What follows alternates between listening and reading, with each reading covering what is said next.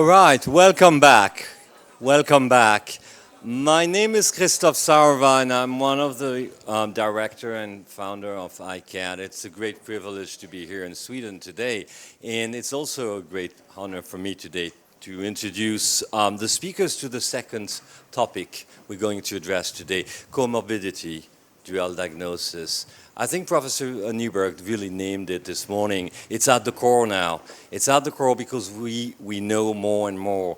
It's at the core because the evidence, the research, our professional experience, I'm a clinician too, really we know it's at the core.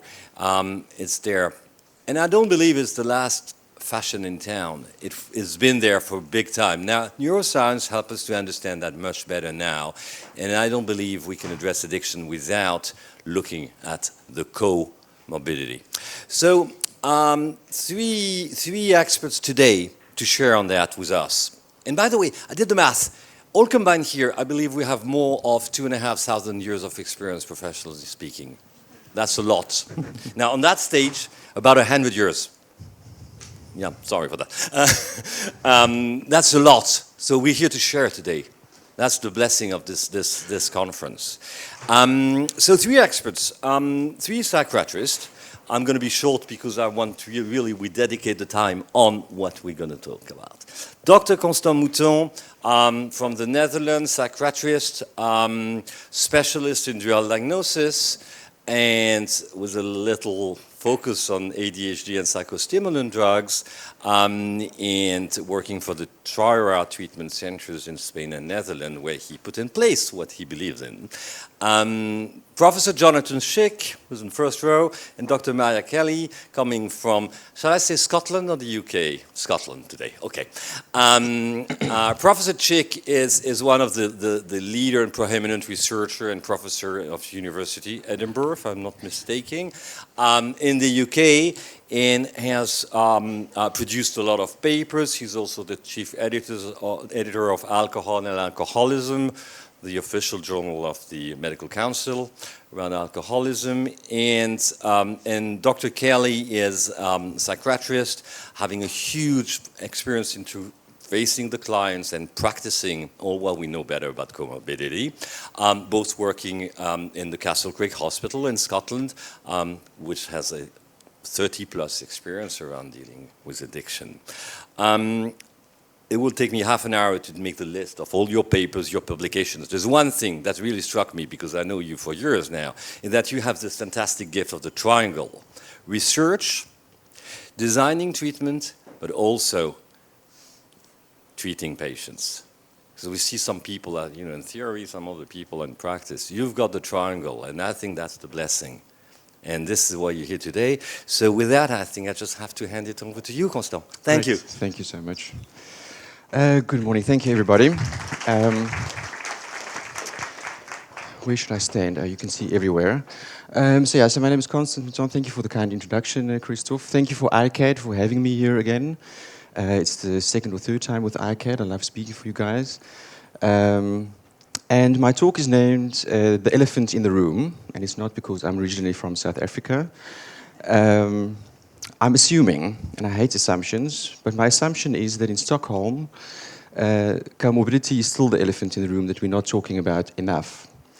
And I say this because I see this in different settings. I see this in addiction care settings, where people still have treatment centers only focusing on the addiction and ignoring the rest of the stuff and say, well, everything is just addiction.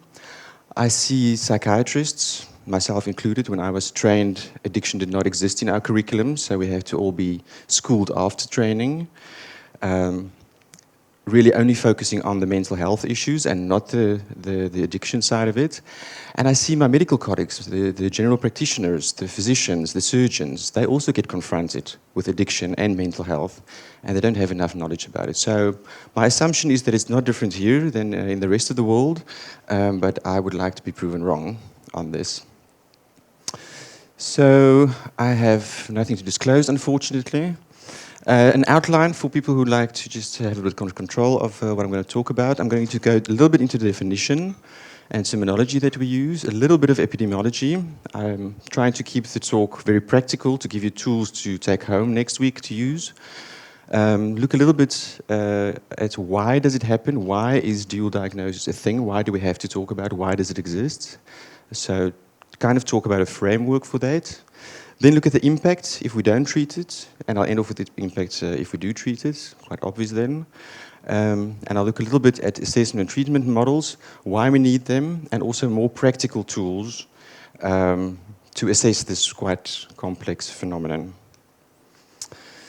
So looking at the definitions, I found the first definition, the official definition is dual diagnosis.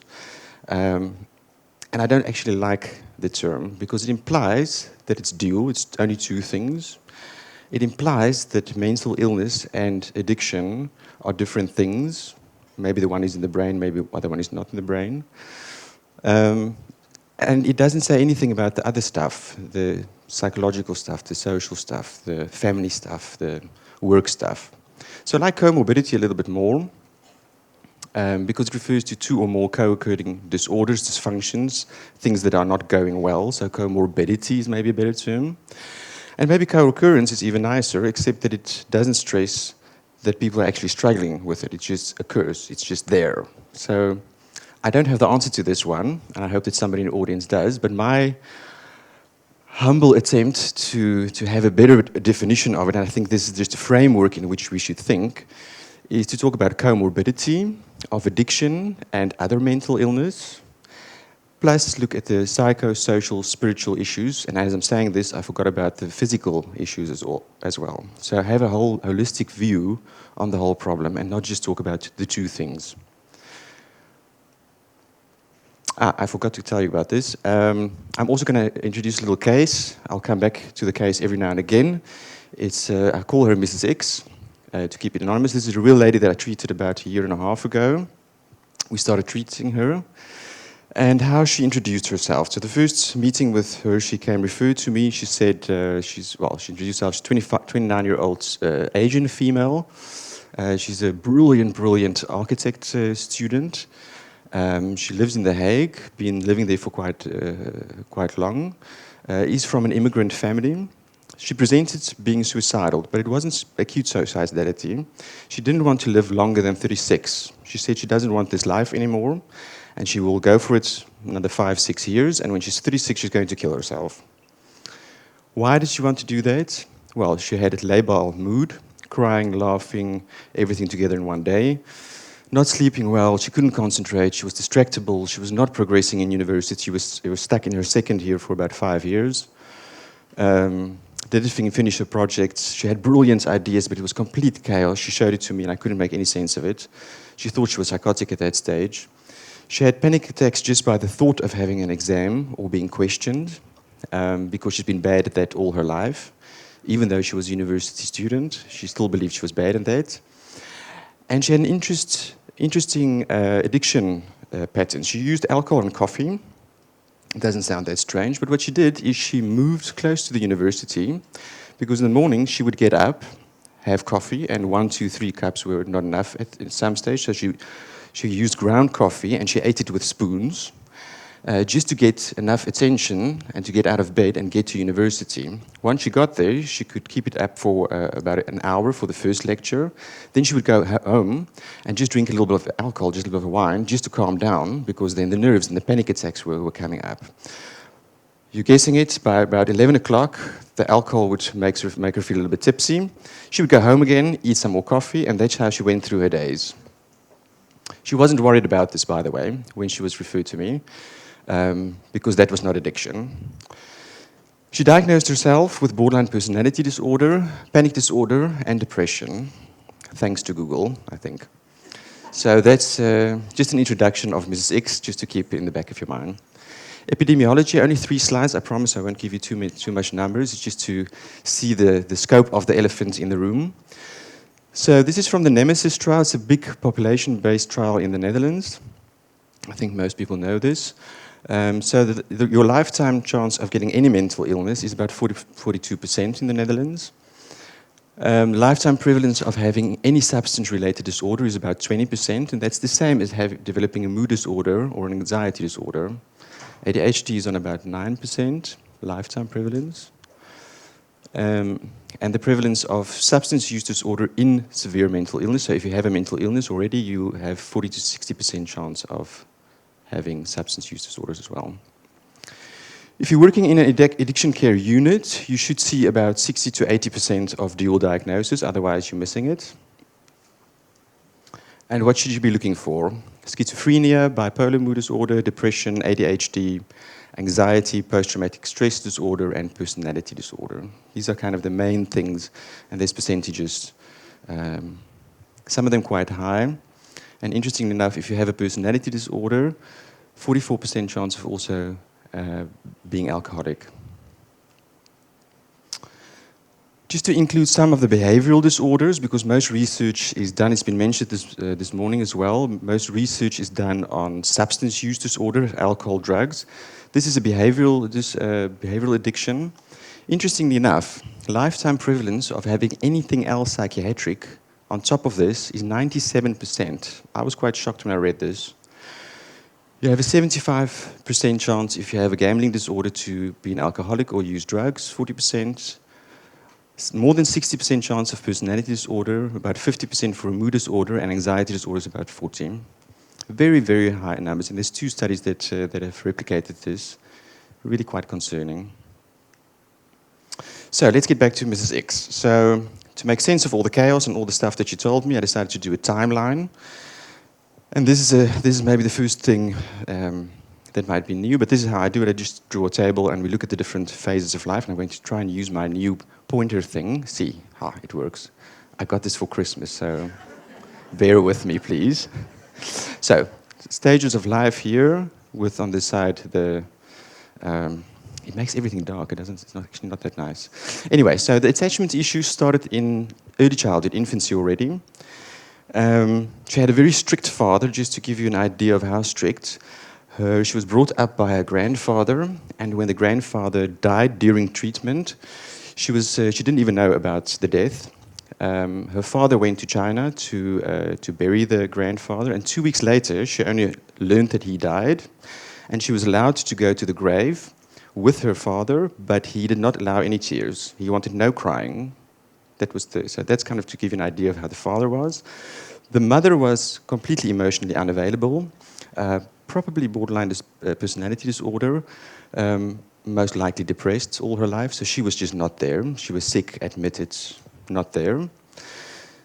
Then as a child, she was very restless, inattention, underachievement, not finishing tasks. I think you're seeing the line here, ADHD, starting in early childhood already. And that went with depression, feelings of worthlessness, and poor self-esteem. And the reason why, she learned from early childhood that she was stupid, she was not concentrating, you could do so much better, what do we have to do with you? Those kind of comments. Later on, in early adulthood, where she presented to me was the alcohol use and the alcohol and coffee story that I told you, and the anxiety disorders erupted later. So why does it happen? It really is a chicken or egg story. So just a kind of a framework to kind of help you think about it. It helped me a lot to think about it. So the obvious first option is that you have a primary mental illness and that leads to addiction. So first idea would be, let's say, anxiety disorder. You use alcohol to calm down the anxiety. You get addicted. Easy. Another option is self-medicating. That is self-medicating. The other one is self-medicating the side effects of the prescription medicine that we give. So think of schizophrenia. We treat them with antipsychotics. That increases your risk for negative side effects. So you're stiff, you can't walk, you don't have affect. And to make that better, schizophrenics have the highest rate of smoking in mental health. That could be an option. Mental health itself can trigger or worsen the addiction. So let's think you have a mania. Then you're already at higher risk because of the symptoms itself, because of the impulsivity, you might be more likely to get addicted or have a relapse. Other way around, you have a panic disorder, you use alcohol, that makes you more impulsive, and then might give you a relapse of something else. So now it's getting a little bit more intricate to fit all the pieces together. Another one which the media in the Netherlands love to write about is prescribing addictive medicine, and this triggers addiction. And they love to write about ADHD medicine being prescribed in childhood, leading to addiction later in life. I'm not going to go into that completely, but that is a myth that's been debunked. It's actually good to treat ADHD as a child, and it does not lead to addiction later in life. But obviously we do prescribe benzodiazepines and things that can lead to addiction, and sometimes we don't even realize that we are making our patients addicted. So let's turn it around. Let's start with the addiction. Can addiction lead to mental illness? So we can think of intoxications. If you use magic mushrooms, LSD, I don't know, you might have hallucinations, you have dissociation, so you can get psychiatric syndromes, but not really mental illness. It can unmask underlying mental illness. So if you are prone to, let's say, psychosis and you smoke too much weed, you can get psychotic. The third bullet is a bit of a discussion, it's a bit of a debate. The majority of evidence shows that a substance use cannot cause mental illness as such, but it unmasks it. But there are also articles that show the opposite. I think maybe Professor Chick will go into that a little bit more. And as I said, it can worsen an underlying illness. So the third option is that you have two diagnoses in one person that has absolutely nothing to do with each other. That's also possible. They might have a common etiology, so think of biopsychosocial factors leading to a condition like family dysfunctions. We know that makes you more prone to developing addiction later in life. Also conduct disorder, addiction later in life. Or we heard a little bit about genetics this morning. Shared genetics. There's a shared genetic risk for becoming addicted in ADHD. So maybe genetics. So the general concept is you might have one, more, or absolutely none of the above things happening. And don't forget that people with dual disorders, dual diagnoses, get addicted for exactly the same reason that other people get addicted. So it might be experimental, it might be to feel good, it might be to feel better, most of the times it is to feel better, or it might be to do better.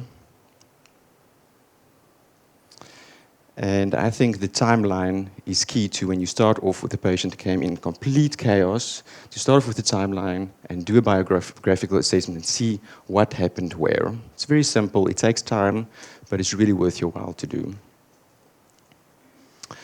So let's look at the impacts if we don't treat dual disorders. So obviously it's got a negative effect on treatment, otherwise we wouldn't be talking about it. So, addiction predicts worse outcomes for mental illness and vice versa. I think that's quite obvious. Non-response or poor response to regular treatment. If you struggle with your treatment, maybe look a little bit further, maybe there's something else that you're missing. These patients are more frequently non-compliant. They have increased hospital admission rates, so it's more costly to treat these patients. And the suicidality rates are higher. It's got a negative effect on psychosocial functioning, so the higher rates of homelessness, unemployment, more family problems, legal problems, arrest is more likely and more frequent, and medical problems. We heard about that as well in the opening speech. Higher rates of HIV, hepatitis, sexually transmitted diseases we have to look at, and they have a higher mortality rate. An interesting one. Patients with dual disorders have a poor accessibility to health services. And this has to do with what Heather also said about stigma in the health sector. That one is just depressed, that's why she's using. We're not going to bother with the alcoholism, just treat the addiction, she's just depressed. Other thing is there are less qualified staff to treat these disorders. I was very, very pleased to hear this morning that that in Sweden there's the new guidelines say that you have to treat everything together, but there are very few people that can actually do that, and very few teams that can actually do that. So I think that's everywhere it's like this, but there are very few qualified staff that can do this. So the more we learn about it, the more we share about it, the better. They have more problems getting into treatment, also because of the stigma. That's just an addict, we're not going to treat his depression. If he stops using, everything will be better.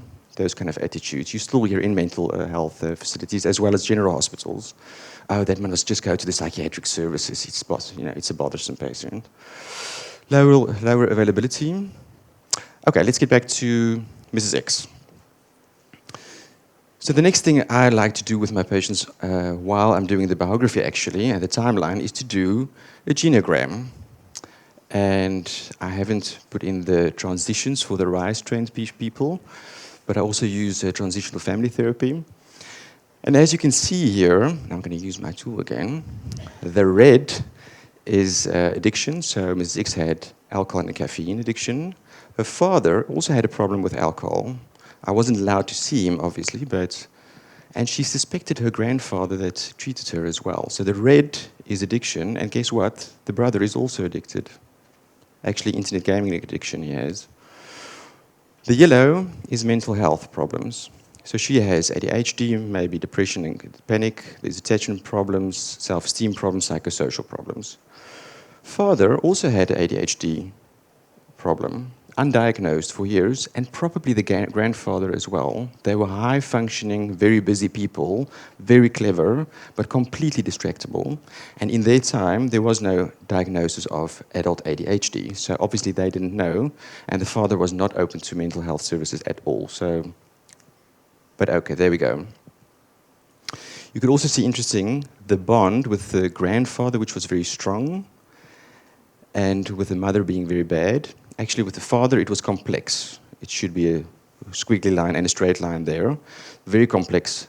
So there's also a lot of psychosocial things happening. Transitions, which should be in green, which I haven't put in here. The family immigrated from China to the Netherlands. Obviously a big transition.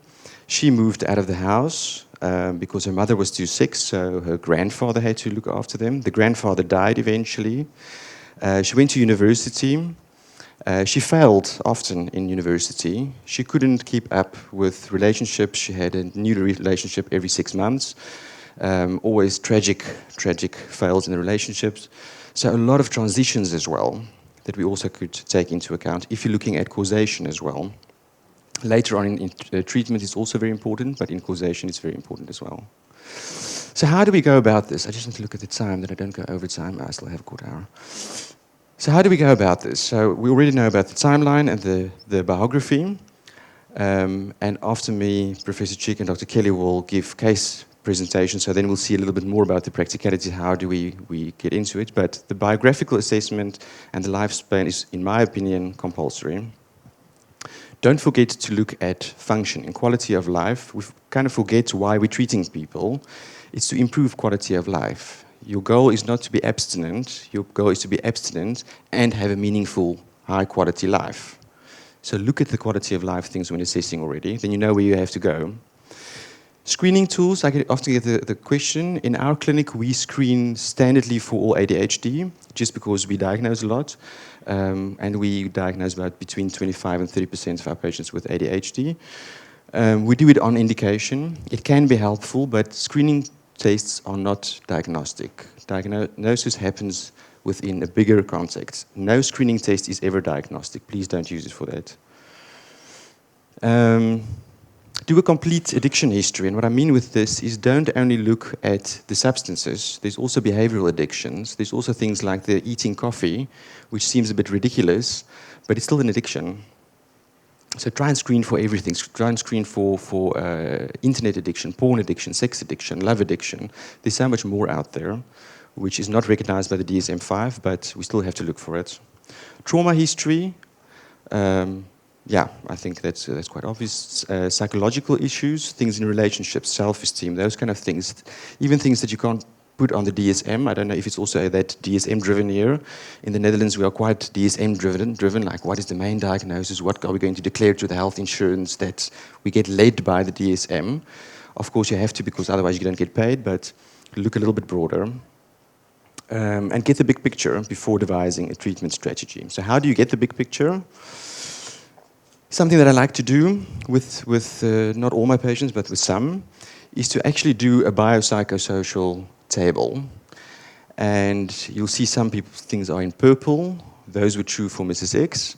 The others are just things to think about. So biologically, genetics, physical things, intelligent temperament, psychological, adverse childhood events. I'm sure somebody will speak about that still today, but look for that. Trauma, response to stressors.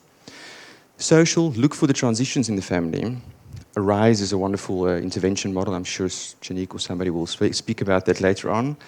But use that because it's a nice way to explain to your patients where they're coming from. And if they understand where they're coming from, they can find their way onto where they're going.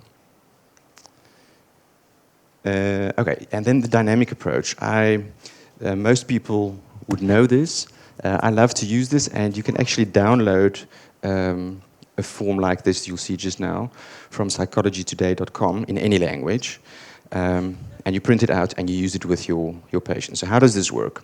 So you start off by looking at the problems and the diagnosis. You start off a little bit negative, but the problems that the patient is struggling with, that's important. Start with that. The problem list might look like what we had with Mrs. X, like a list like this at the beginning. But as you go along, you can narrow it down to diagnoses, to small little pieces of knowledge. My supervisor told me the other day that the reason why they call us shrinks is we make small problems from big problems. So shrink the problems for your patients. That's actually true. I also didn't know it. So look at predisposing factors. So what made me vulnerable in the first place? We heard this morning already that vulnerabilities can be anything from genetics to your family to your environment. So what made me vulnerable in the first place? This is an easy one usually for patients to answer. Why are you sitting opposite me at this stage for an interview? It's because I'm being forced by my wife. If I don't stop now, I'm getting kicked out. It's because I got arrested. It's because that's quite easy. A little bit more difficult, and this you have to take your time for. What are the perpetuating factors? So what keeps me from getting back into health services? What prevents me from staying in recovery? And this is a very important thing to think about. In our clinic, we have a relapse prevention program, and we think about this actively with the patients to look at what keeps me from coming back. Then the one I like more than all of the negative things, the positive one, your protective factors. So what are your resilient factors? In ARISE, we work with the recovery message, and that's actually where you're going with it. You're going for the resilience, what makes us strong. So instead of looking at the family in ARISE, for example, and saying like we are weak, it's terrible, we're all addicts, we can't keep up jobs, you move in your therapy from that point to a point of resilience, of we are strong, we are survivors, we can beat this. I loved what Heather said about bring a positive, bring hope to your families. So I like doing this with the patients. Like I said, this you can, I think it's psychologytoday.com. If you can't find it, just email me and I'll send you the link. And you can download it in any language. I'm not going to talk about this long, but we think in addiction care and as well in psychiatry that that you have to, as an individual, be able to treat everything. That's nonsense. It's not necessary. But you have to know what you are treating and why you're treating it. So I'm using the spot thing again. If you look here on this axis, you see mental illness getting more and more severe. So in this block, it's not that severe. There, it's very severe. On this axis, you have addiction.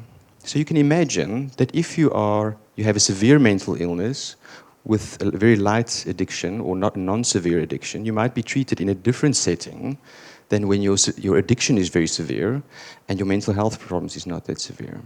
So there's the reason why I'm showing this is called the Quadrants of Minkoff, and you can fit in different treatment modalities on this.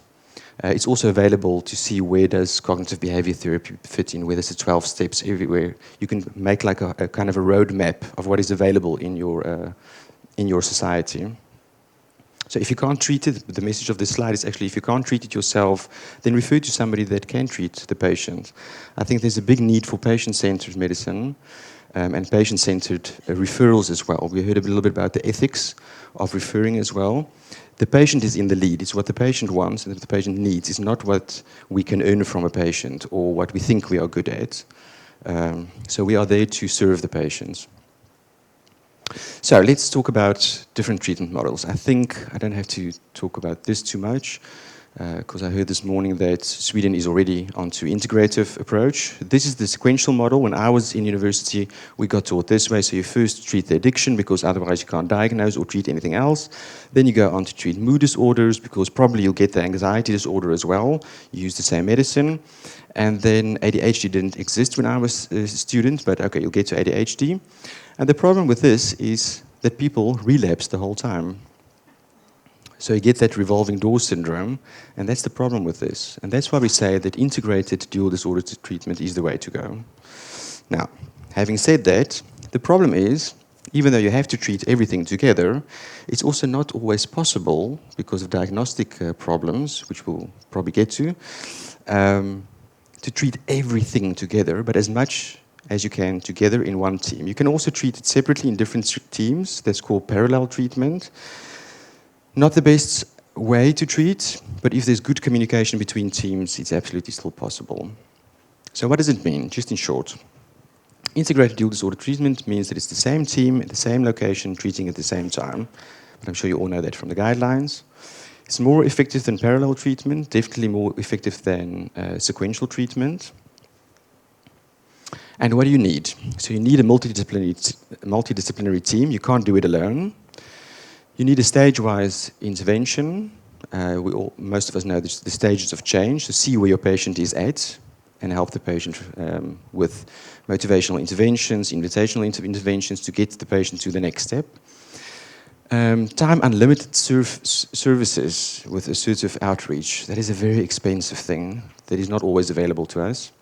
Group treatment, family participation, participation in alcohol, drug, self-help groups, pharmacological treatment, interventions, and secondary interventions. So there's a whole scale of things that you need to do this.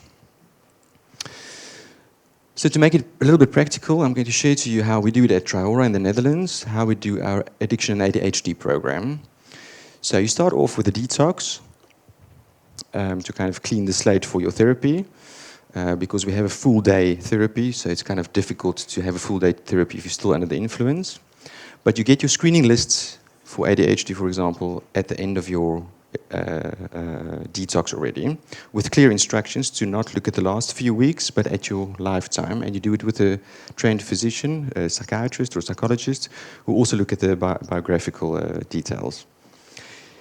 So we start off with the treatment of substance use disorders, and that's for the whole 7 weeks. So that goes on. We have a 7-week admission, and then after that, aftercare. So that's like the booster happens in a clinic, and then we continue. We also talk about the road of recovery. Recovery is not a goal.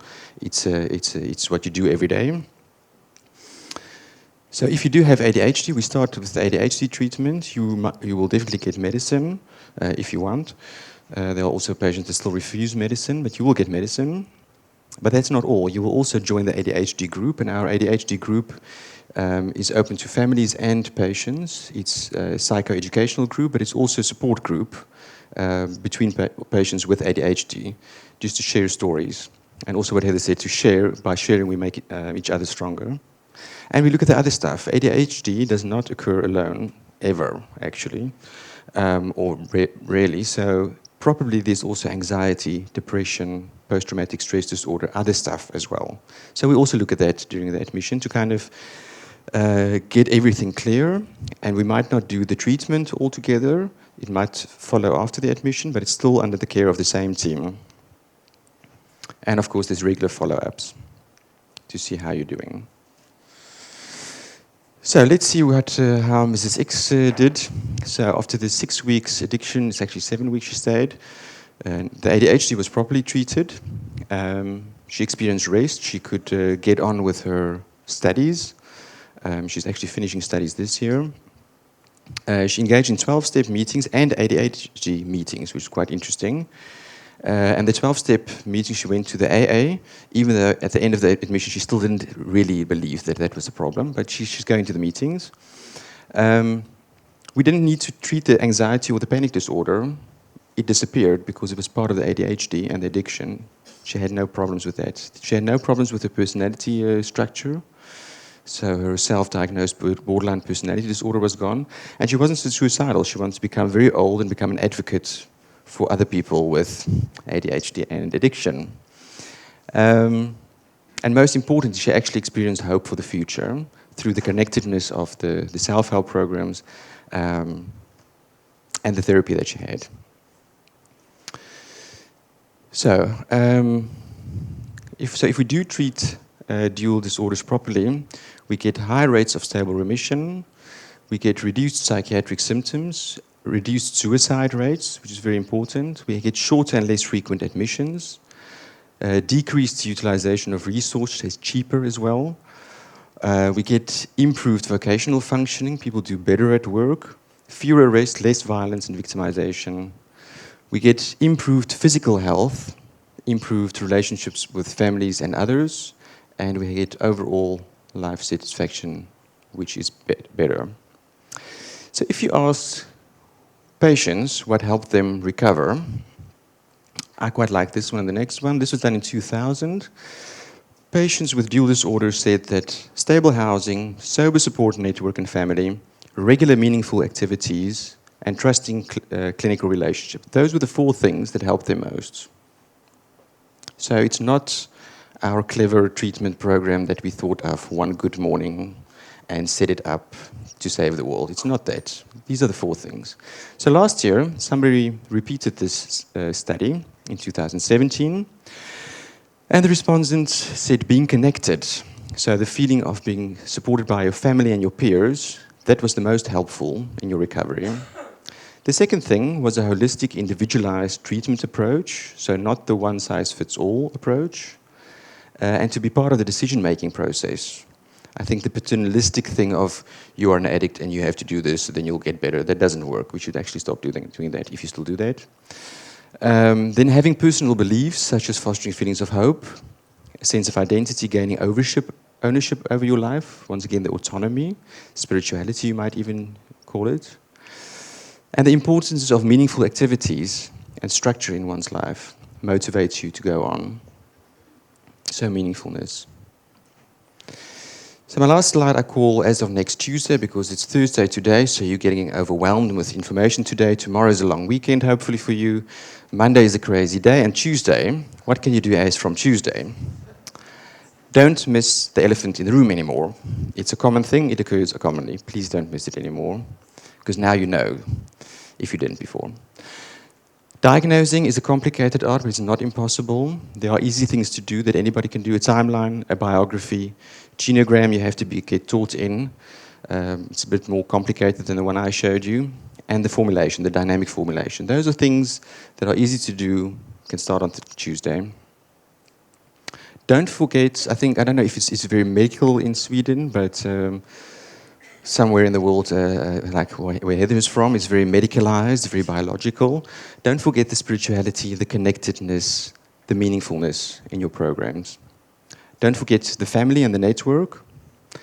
Integrated treatment is the key to stabilization. It's available, it's very rewarding to treat patients like that.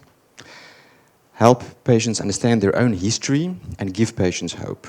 And I want to end with that and then hand over to my colleagues from Castle Craig, who are going to continue. So thank you very much. Thank you very much, Constant. Professor Chick, Dr. Kelly, please, the room is yours. If we have time, we'll try to organize some questions from the audience at the end to Dr. Mouton, Dr. Kelly, and Professor Chick. Okay? Thank you so much. Can you hear me? Good. So my background is actually from general medicine, and that you'll probably see has influenced my look at this treatment of all the disorders. And I think that Dr. Mouton has demonstrated that this whole person approach is so important, and the support he gives to his patients sounds amazing. So addiction does coexist with other psychiatric illness. I was really pleased to see that with the case that he presented, he pointed out that during the detox and the immediate aftermath, you really can't see what's going on, so you need to really get through that part. We've found in our practice that symptoms of many of those previous diagnoses only infrequently last beyond the treatment, the all-encompassing treatment of the sort that Dr. Mouton has described.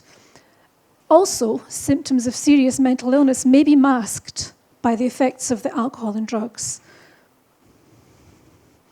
So I wanted to start with an extreme case of where I felt that medication had perhaps been used without really looking at the whole picture of the person.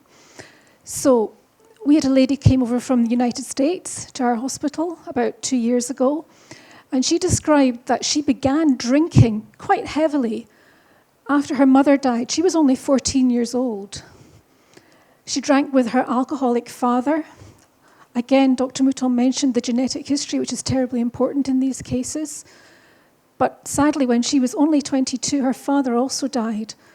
She was given an antidepressant at that time, the common antidepressant Prozac.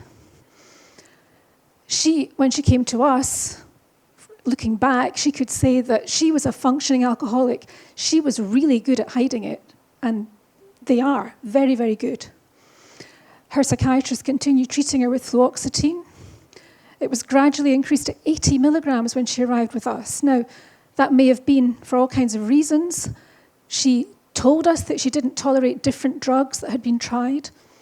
However, she also said that she never admitted to anyone that her drinking, her alcohol, increased exponentially.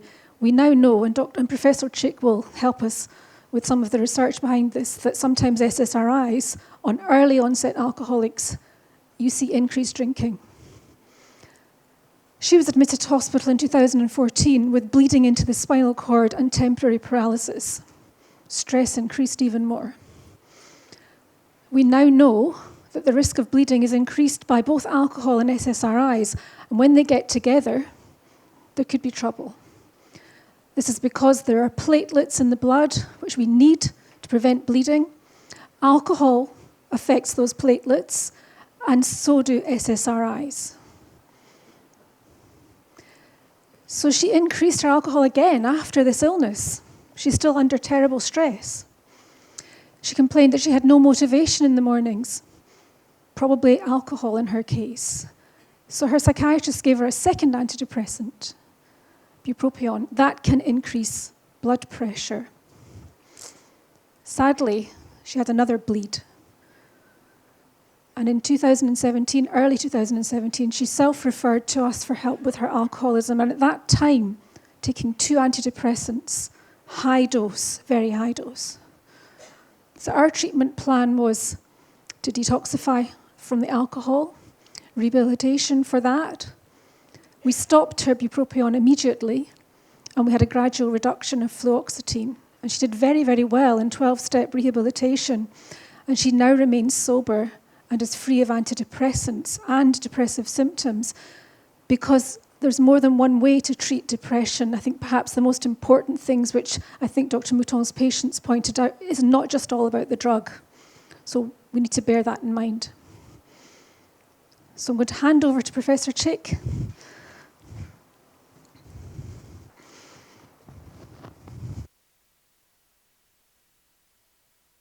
There are a lot of problems with these pills that my colleagues and I have been using. Here is a clinic in New Zealand. All patients admitted were asked what drugs they were taking prescribed at the moment of entry to the clinic. More than a half were on an antidepressant. Nearly a half were on antipsychotics. Benzodiazepines are very strictly controlled in New Zealand, and there doesn't happen to be a very strong street market, and certainly very little prescribing of benzodiazepines in New Zealand. Overall, 3/4 of them were on at least one psychotropic medication at the point of admission to this substance disorder clinic. Of course, the symptoms of depressive disorder are very well mimicked by alcohol-dependent symptoms. And you'll know how frequently these occur in both these conditions. On the left, you have the mental symptoms that medical students are taught of to diagnose a depressive illness. On the right, you have the physical symptoms that medical students are taught to diagnose depressive illness. Of course, you know how those occur frequently in people who are drinking heavily. Which came first? Of course, as Dr. Mouton has well described, it's sometimes difficult to disentangle. But the timeline, the careful history taking, so useful. This is how high sophisticated statistical research now combines all studies on a certain topic, having excluded those of poor quality. And when you see a black triangle crossing this line, or even touching it, it means there's no statistical significance showing through in the combined studies. So, here is antidepressants in alcohol dependence with comorbid depression. What happens to reduction of alcohol consumption? These are the SSRIs, the ones that are used very frequently today, the fluoxetine, the citalopram, the sertraline, and so on. No effect on the drinking. These are some old studies using old antidepressants, one of which, nifazodone, is actually banned because of liver damage, and the other two are old tricyclics, imipramine and trimipramine. And again, it's not showing an effect on alcohol consumption. The older studies showed it a bit more, but they're small studies. They're overpowered and are crossing this line all the time.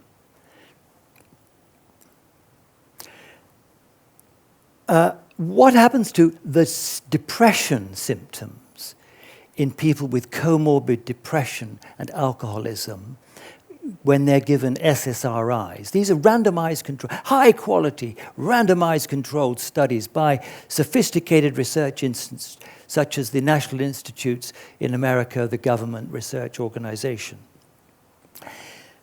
Well, there is visible, just beginning to be, an effect on depression here.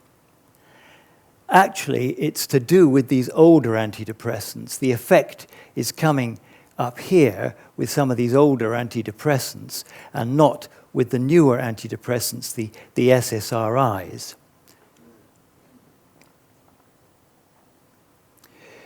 There are some studies that have been published since then, and if there are some aficionados here in the audience, I don't want you to think I've not looked at the more recent evidence. But here's a sertraline study looking at the effect on abstinence or days to first heavy drinking, and you can see that the sertraline gets a 27% abstinence rate after 6 months. The placebo gets 23% abstinence rate after 3 months. No significant difference. Interestingly, when you add in naltrexone as a specific treatment for alcoholism, you can begin to see an effect of the combination. Definitely no effect of antidepressants in adolescents in this condition. The lady Maria described there started on antidepressants, started drinking heavily at 14, put on antidepressants as a treatment for grief reaction at the age of 22. There is strong evidence that giving SSRIs, fluoxetine, citalopram, sertraline, fluvoxamine, increases drinking in that group. Why this happens is very interesting. We don't completely understand it, but if you give an antidepressant to someone who's crippled by obsessional neurosis, they are freed up. Many of our young drinkers, they do not need to be freed up. You can show that giving antidepressants after people leave treatment doesn't have any effect on the relapse readmission rate. In Scandinavia, you have these amazing systems where you can collate data from health, social justice, criminal practice. Your government recently studied what happened to 800,000 individuals who had been prescribed an SSRI in recent years. When they looked specifically at the group age 15 to 24, they found that there was an association with conviction for violent crime.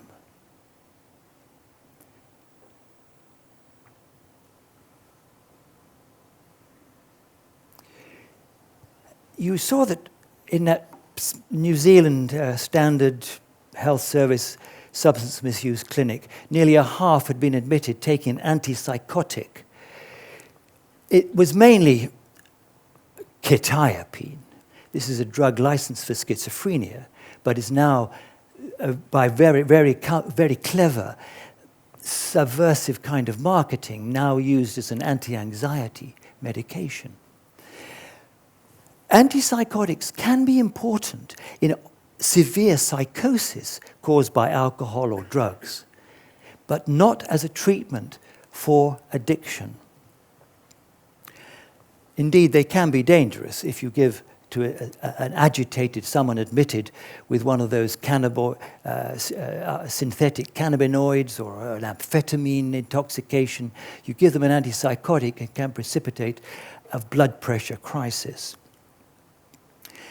In good faith, my colleagues have looked in randomized controlled studies to see would olanzapine make a difference. Olanzapine's so safe, doesn't have the problems of the old antipsychotics.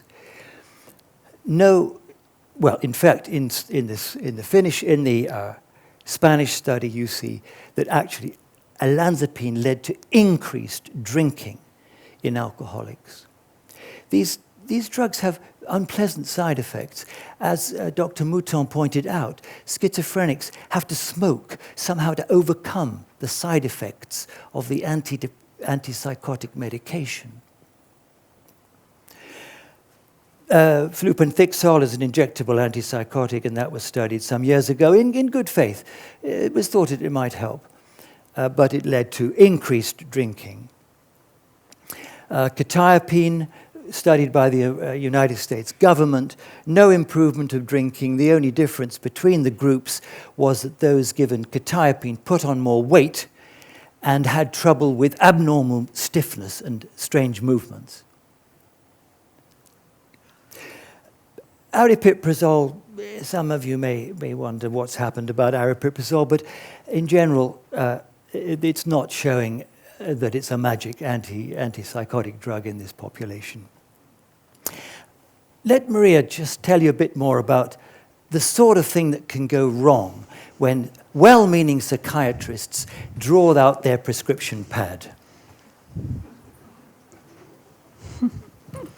Okay, so Hamish came along to our hospital maybe 3 years ago, I think, and he had a long history of using cocaine and alcohol and other amphetamines. He was also a drug dealer. He was a very high-end drug dealer. Some of the most powerful people had him collect their drugs or find ways to smuggle their drugs into the London airports. He came to us direct from an NHS secure hospital. My background is in forensic psychiatry, working with people who've been on the most high-risk committed the most high-risk crimes and gone into the most secure settings. So I had a relationship with a few of the hospitals, and they asked us, could we please look at this chap, because his addiction was getting in the way of everything else, but he's very dangerous. He's been arrested again. He's been in and out of our unit. He's got bipolar disorder, and he's on lots of medications because he's such a difficult chap to manage. This was his medication.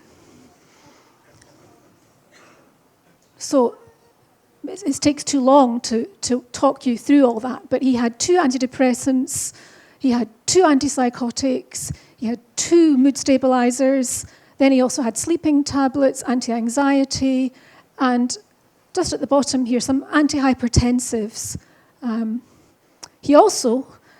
He was one of the most interesting chaps, actually. One of our therapists visited his home and found, those great big American fridges that have water dispensers on the door? His was set up with vodka. And again, as Dr. Mouton described, he's one of these chaps who took speed to get him going in the morning and alcohol to calm himself down, and cocaine to help him feel good. So this is our detox regimen. So we converted, as we often do, the GABA drugs to diazepam because it's safe in detox. We stopped his olanzapine because we discovered that he had a raised blood sugar. It's quite commonly associated with development of late-onset diabetes. We then gradually reduced his antidepressants. His venlafaxine was probably causing his high blood pressure. We stopped his lamotrigine, and we continued pregabalin because he had a lot of pain. All over body pain was another of his problems, which made him quite difficult to manage. And we continued the quetiapine, even at that dose, and the mood stabilizer due to this history of quite severe mania. So, because there's a risk of withdrawal, seizures, we had to be very careful with this, but you can see we had a gradual approach to his detox. The pain was a real mystery because none of his doctors, none of the psychiatrists, none of the neurologists he'd been to could understand why he had this all-over body pain. So this was a real mystery. And we continued, as I said, the anti-manic drugs. One night, the house doctor called us at home and said, he's just this strange presentation. He's complaining his terrible pain. He just can't cope. He's throwing himself around the bed. He's hitting out at the nurses. He's got a high temperature. And he looks as though he's in spasm. His feet are deformed and swollen. So we investigated again. We did batteries of blood tests. One came back very, very high, and that was creatinine kinase.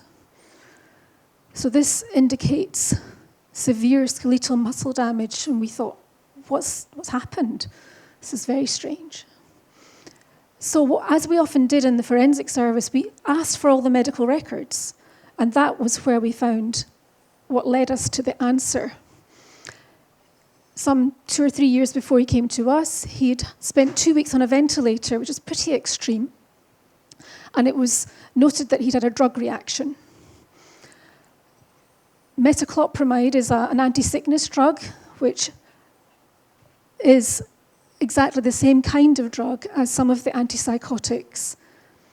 So it led us to the diagnosis in retrospect that he had suffered a neuroleptic malignant syndrome, which is a very severe reaction to antipsychotics. So we had to stop his quetiapine there and then. It was a long time. Hamish was with us for over a year, but he left the hospital taking only an antispasmodic medication called baclofen. He also actually does take prazosin for his post-traumatic stress disorder, which was the thing that persisted after all the treatment, the 12-step treatments and all the integrated support that he had over that year. And he's now almost completed his university degree, which we're delighted to say. And he comes back and volunteers to help us out at the hospital. So that's Hamish.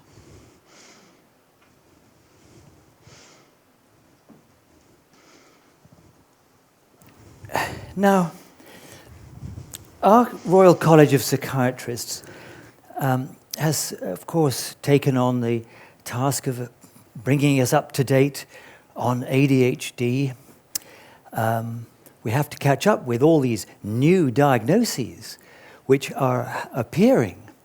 But, of course, they do point out that there is a certain risk of overlap in the symptoms with some other well-recognized psychiatric conditions.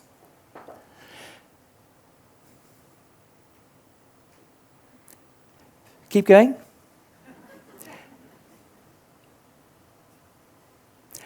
And last but not least, substance use disorder. So how can we disentangle one from another of these symptoms if they're all overlapping? Well, you see, these are what the symptoms are of ADHD.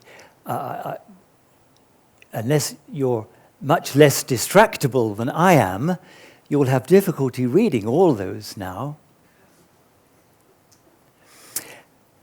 What's happened in the United States is being documented. We haven't documented it so well in Europe. But here is the veterans, is the main US provider of health to all people who've been in the services and their families. They have a huge list of patients right across the country in every state. And they looked at the number of new patients who had been prescribed by a veteran's doctor, prescribed a stimulant medication. And in the 12 years between 01 and 12, that number went up by 800%. And it was being off-label.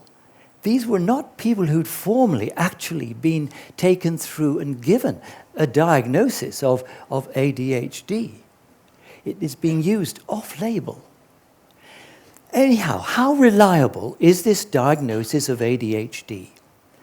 Well, we know that students will fake a diagnosis of ADHD to get prescribed stimulants. They will sell it on and will fund their university studies from selling on the amphetamines they've been prescribed by the university doctor. Attempts have been made, particularly by forensic psychiatrists, to find tests which can distinguish fake from true cases. No test was found at a review in 2017, but the hunt is still on. You will be glad to hear the search to create tests which will definitely distinguish ADHD from non-ADHD. They are still looking. Here is the two latest studies in the international literature. They haven't actually found an answer yet. Now, I'm not an expert in child ADHD, and I don't want to controvert a lot of evidence out there about the use of stimulants and educational improvement results. We're talking about adult ADHD. Could it be a different disorder from childhood ADHD? Could this, whatever it is that's being diagnosed as adult ADHD, perhaps it's different? Well, when they did a 4-decade follow-up in New Zealand and looked at children who'd been diagnosed childhood ADHD, only 15% still met the diagnostic criteria in adulthood. The prevalence of adult ADHD in New Zealand is 3%. But 90% had not had childhood ADHD symptoms. This is a group that's been followed up for 40 years in progressive interviewing. And none of those adults had the classic, the very diagnostic early neurological symptoms. There was no genetic risk that had been associated, is associated in childhood ADHD. There are some genetic factors that have been identified. And of course, all these people who've been diagnosed adult ADHD had a lot of other symptoms: anxiety, depression, substance misuse. Very recently, this has been looked at again in an American study with study over many years between ages 10 and 25. They make the point that birth cohort studies seem to support the notion of late onset ADHD. But these investigations rely on screening instruments, and Constance made a very good point. A screening instrument does not give a diagnosis. We could screen, we could say that having a cut on the finger could be a screening instrument for alcoholism, because alcoholics are falling over and they injure themselves. But most people with a cut on their finger would not actually be alcoholics. 5% of them might be. So that's the difference between a screening instrument and a diagnosis. So what's happening is, of course, in these sequential surveys, you see that what is happening is that there are symptoms of other impairments, of substance misuse in particular, and other mental disorders. And these authors, who are from the school of ADHD researchers, are beginning to say, where is the evidence for adult onset ADHD independent of complex psychiatric history? I'll skip that one. In the United Kingdom, we've looked at this in prisoners, of course, where substance misuse and ADHD were being very popularly diagnosed. And these researchers, very interesting, publishing in the main ADHD journal, are saying that transition along the pathways of substance misuse and persistence of drug misuse was better explained by the presence of conduct disorder and antisocial personality disorder. Evidence for the stimulant treatment for ADHD in substance misusers. There's not a lot of literature out there. It's very important we do this, because if we're giving stimulants to people who didn't need them or whom it might harm, that's very serious. Well, here's a very good, high-quality, randomized controlled study. They're difficult to do, these studies. Randomly allocate people either who have the ADHD symptoms, either give them the Ritalin or not. No effect in those who'd come into the treatment through cocaine dependence. 17% of students diagnosed ADHD misused their prescription. We have to think about the risk of misuse if we do start an ADHD stimulant prescription. And the meta-analysis probably showing that there may be improvement in the ADHD symptoms in these groups combined of substance misuse disorders, but not able to show an improvement in the substance misuse outcome. That's the latest meta-analysis I could find preparing for this talk. I'll not delay, I'll just take you to the European consensus statement.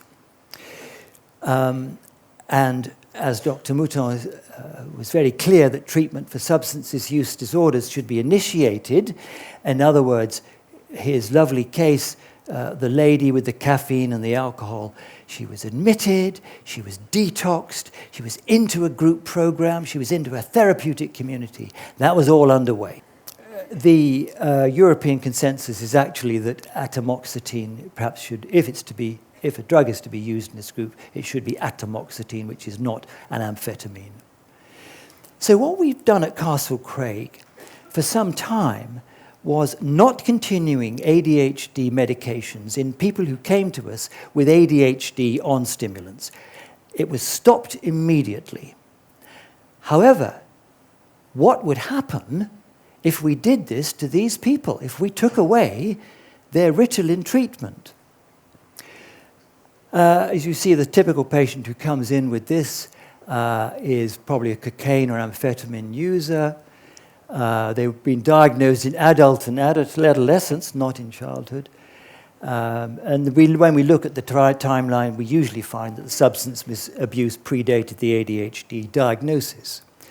They come in on the usual sort of substances, mainly amphetamines, a few on others. And we can look into records objectively at unbiased, looking at appearance in the record of a behavioral problem, logged by the therapists, the nurses. It's part of the routine in our clinic and perhaps in yours to log behavioral problems, the worst of which, of course, may be discharged due to not complying with hospital rules. Well, we were able to compare those 16 or so, small number I know, but that was all that came in that year, with age and gender matched controls from the same background. And at the end of the day, there was no statistical difference, just possibly a trend in more of those behavioral problems. So these are not problems documented by a researcher. These are problems documented in the records by non-biased therapists and nurses and so on. Final warning contract, same in each group. A behavioral modification contract, no difference. Total length of stay in the hospital, no difference.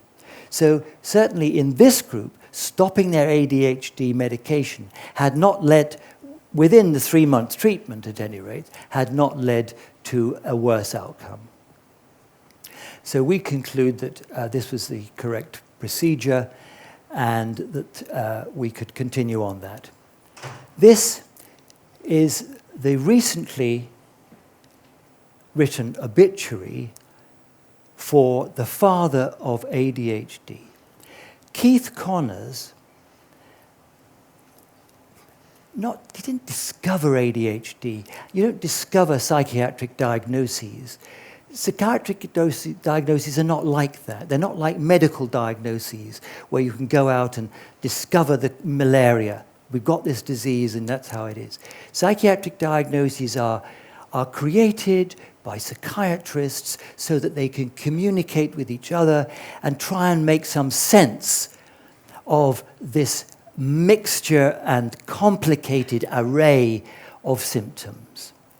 So, Keith Connors made a very important contribution and said, I think there's a syndrome of ADHD in childhood. It's associated with certain neuropsychological defects, clumsiness that you can see, often related to some mild birth injury. In his obituary, recently published, he told the BM, British Medical Journal, that he didn't want to talk about himself, but he provided one last word on warning about ADHD, a condition that 50 years ago he had helped identify and validate, but recently had done his best to restrain. His co-authored book, ADHD Nation, you remember Prozac Nation, helped expose the distortion by medical and corporate interests, and I could say insurance company pressure, and the epidemic of stimulant abuse on college campuses and high schools. He has courageously accepted his role, however unwitting, in ADHD veering so far off course. Having made his fame and academic reputation promoting ADHD, and having produced rating scales and other instruments that are too often seen as infallible litmus tests, Dr. Connors finally recognized the harm. Despite his misgivings, Dr. Connors' rating scales and other tests continue to be aggressively marketed to undertrained and misinformed individuals who use them to assign unwarranted diagnoses and justify the initiation of unnecessary and often harmful pharmacological treatments.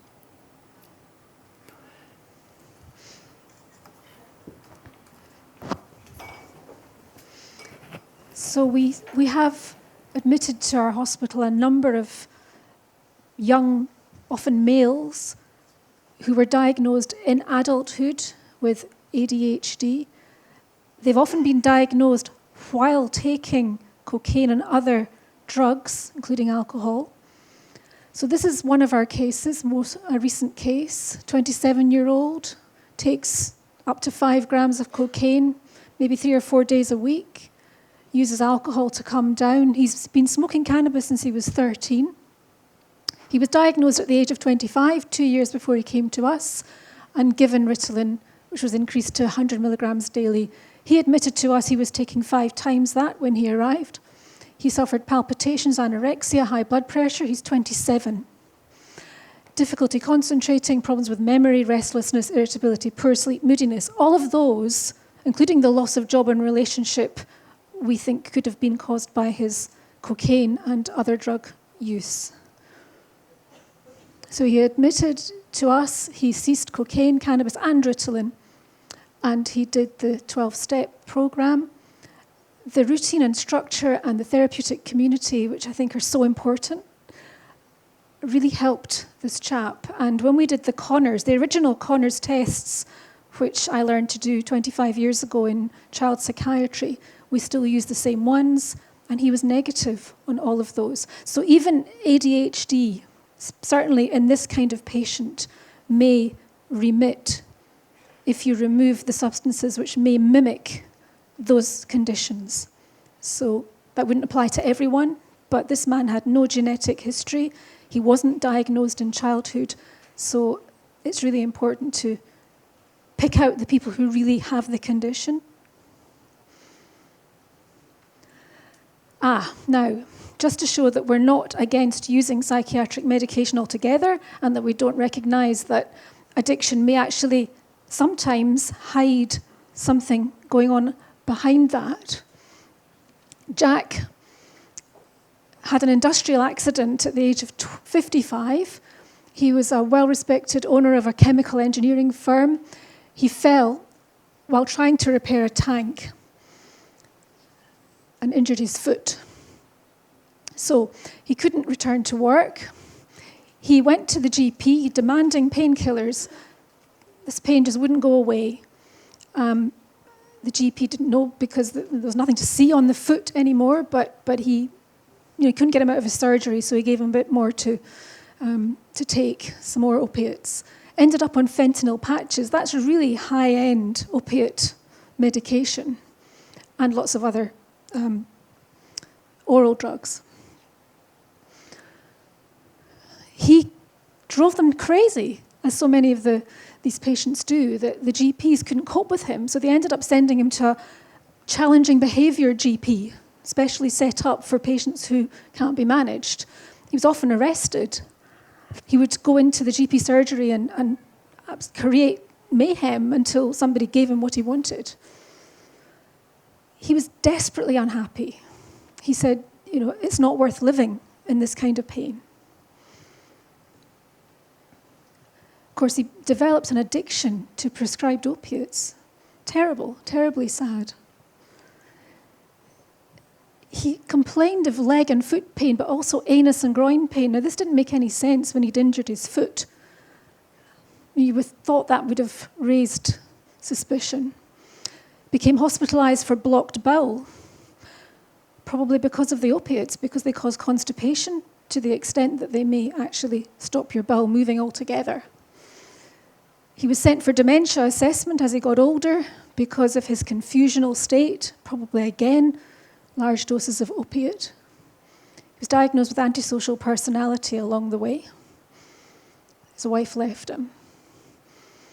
So we had to think really carefully about this chap. He sounded quite tough to manage. What was he going to do to the rest of our community? However, he convinced us that he really was genuinely concerned about this build-up of opiates, and he recognised that he needed to do something about that. So we did a detox, our standard approach, became part of the 12-step program. He was not easy to manage, but he did quite well with the support of the team and the other patients, particularly in the community. So we had a call one day, wants to jump out the window. He's actually on the windowsill, trying to get out the window. No one gets this. No one understands the pain I'm in. It's beyond belief. I have no future. I'm going to jump out of this window. This is upstairs in the castle. And then he started saying really strange things. I'm told them I'm rotten inside. It was the arsenic. So you can imagine what the kind of mayhem this creates. So there we were.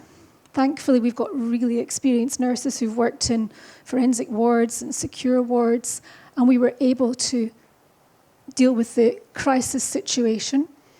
And he then came downstairs, and he and I sat down to have a nice chat about what was really going on here.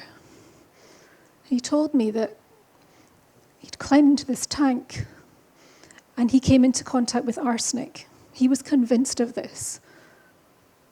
It was rotting right through to my anus, my whole body. No one believed him. He was shouting at them, he was screaming at them, he was attacking them.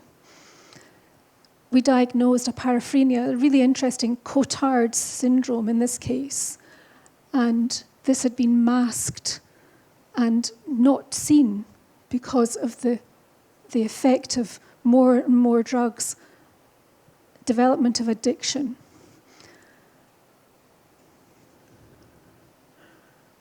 So these were the things, again, this finding all the old records is a great thing, and then carefully going through them.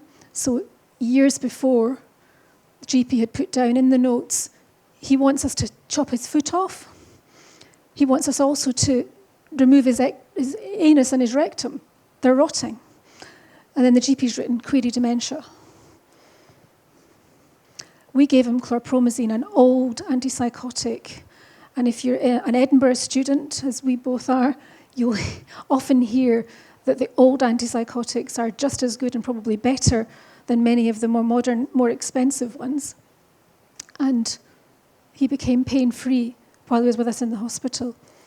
And we did have to move on to different antipsychotics because he's 67, he has heart problems, and it's not possible to treat with some of the more older antipsychotics because of the heart problems. So he is on a more modern one now, but he's gone home. And Jonathan rang him up the night before last, and he's, what we call in Scotland, a grumpy old man.